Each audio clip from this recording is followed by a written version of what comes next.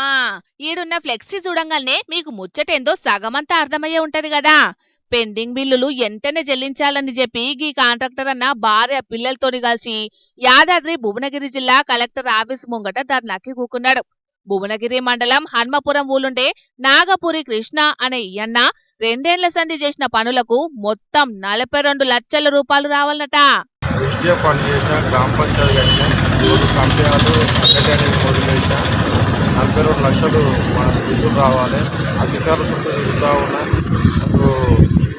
Collector గారికి అడిగినా అధికారులను తిరుగుతూ ఉంటే వాళ్ళు అక్కడ ప్రభుత్వమే రిలీజ్ చేయాలి, ప్రభుత్వం రిలీజ్ చేసి మేము వేడికలు తెచ్చిస్తామని వాళ్ళే అంటారు. తిరిగి అధికారుల చుట్టూ చెప్పులు అరిగేదాకా ఎన్ని మాటలు తిరిగినా పెండింగ్ బిల్లులు మాత్రం విడుదల చేస్తలేరట. ఈ గిట్లయితే లాభం లేదని ఆఖరికి ఇయాల ఇట్లా ధర్నాకి కూకున్నాడు.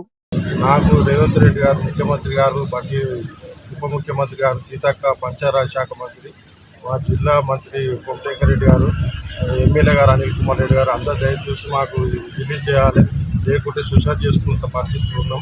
ఇన్నారు కదా, అప్పుల బాధతోని కనీసం కుటుంబం కూడా గడవని పరిస్థితి మోపైందట.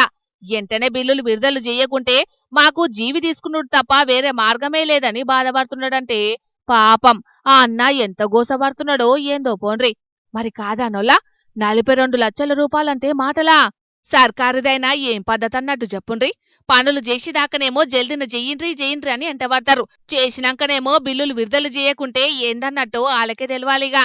ఇదిట్లుంటే హైదరాబాద్లున్న మత్స్యశాఖ కమిషనర్ ఆఫీస్లో జరిగిన మీటింగ్లా గీ అన్న ఏం చేసిండో చూడుండ్రి.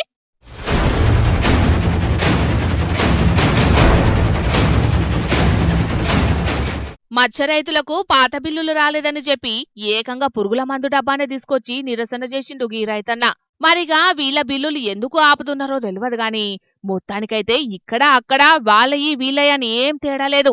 చిన్న చిన్న పనులు చేసే కాంట్రాక్టర్ల బిల్లులన్నీ ఎక్కడికక్కడనే పెండింగ్ లో ఉండేటాలకు కాంట్రాక్టర్లంతా అరిగోసపడుతున్నారు. ఈ పనులు ఎందుకు చేసినామో, ఎందుకు అప్పుల పాలైనమో తెలియని పరిస్థితి మోపైందని నెత్తికొట్టుకుంటున్నారు.